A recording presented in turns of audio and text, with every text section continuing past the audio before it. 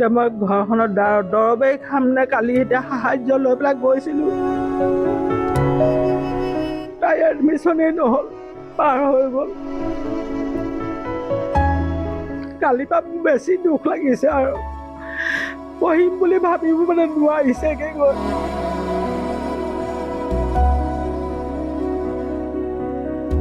আৰু হয় বস্তু বচালে আমি মানুহ বাচিব নোৱাৰোঁ, হয় মানুহ বাচিবলৈ হ'লে আমি বস্তু বচাব নোৱাৰোঁ।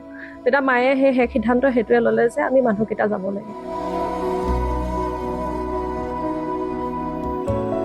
এনেকৈ হাতত ধৰি ধৰি ওলাই যাওঁতেই মানে মাৰ হাতত টোপোলা ৰুমালেৰে বন্ধা টোপোলা আছিলে সোণৰ। মায়ে ক'ত পেলালে মানে এন্ধাৰ আছিলে, পূৰা এন্ধাৰ, বৰষুণ।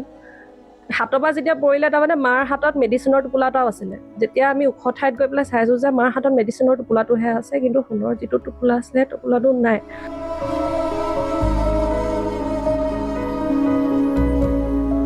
9:45 বজাত আমি খবৰ পাইছোঁ, 9:55 আমাৰ ঘৰত পানী সোমাই গৈছে।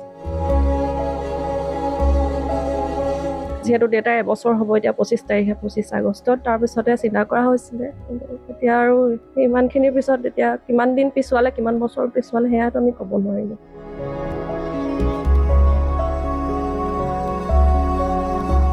ভাল ভাল কাপোৰে আছিলে দামী, মায়ে গোটাই থোৱা আছিলে। এইবোৰ আৰু নহ'ব আৰু ঠিক কষ্টৰে গোটোৱা আছিলে গোটেইখিনি।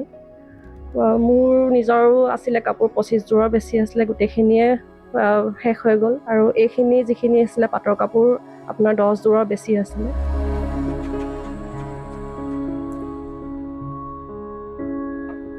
এগৰাকী যুৱতী, নাম তৃপ্তি ৰাণী দত্ত, আৰু এই ঘৰখন বানে একেবাৰে শেষ কৰি থৈ গ'ল।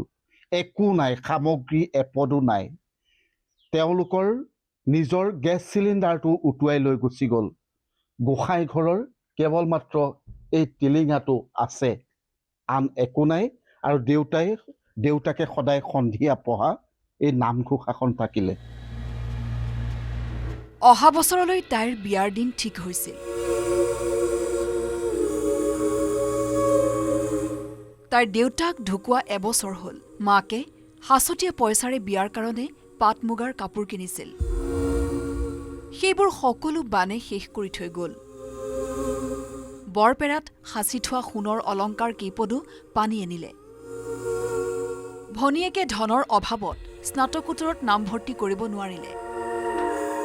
জাজি আমগুৰি হিলৈধাৰী গাঁৱৰ এগৰাকী যুৱতীৰ মৰ্মবেদনা।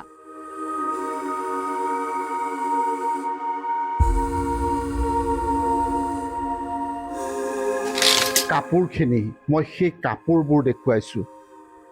নিজৰ লগত লৈ যাবৰ কাৰণে এইসমূহ সম্পদ, এইসমূহ কাপোৰ বৰ সযতনেৰে তৃপ্তিৰ মাকে গোটাইছিলে। কিন্তু পিতৃহাৰা তৃপ্তিৰ ঘৰখনত এতিয়া একো নাই, এইবোৰ ব্যৱহাৰ কৰিব নোৱাৰা হৈ গ'ল। সকলো শেষ হৈ গৈছে। চাওক,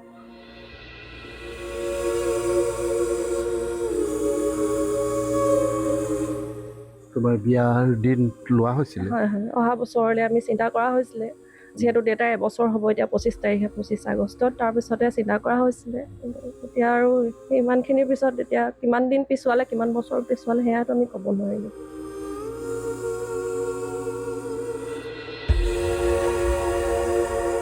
ভণ্টিৰ এডমিশ্যনো ওলাই গ'ল। যিহেতু আৰ্থিক সাহায্য আমি গোটাব নোৱাৰিলোঁ। তাই স্নাতকোত্তৰ ছিট পাইছিলে আছাম ইউনিভাৰ্চিটিত যোৰহাটত, তাই এডমিশ্যন লোৱা নহ'ল। এই পৰিয়ালটো 3জনীয়া পৰিয়াল, 2গৰাকী কন্যা আৰু মাতৃ। বৰ কষ্টেৰে এইসমূহ সম্পদ গোটাইছিলে আৰু তেওঁৰ সপোন আছিলে নতুন ঘৰখনলৈ যাওঁতে এইসমূহ কাপোৰ লৈ যাব লগত, আৰু সেইবোৰ ইতিমধ্যে শেষ হৈ গৈছে।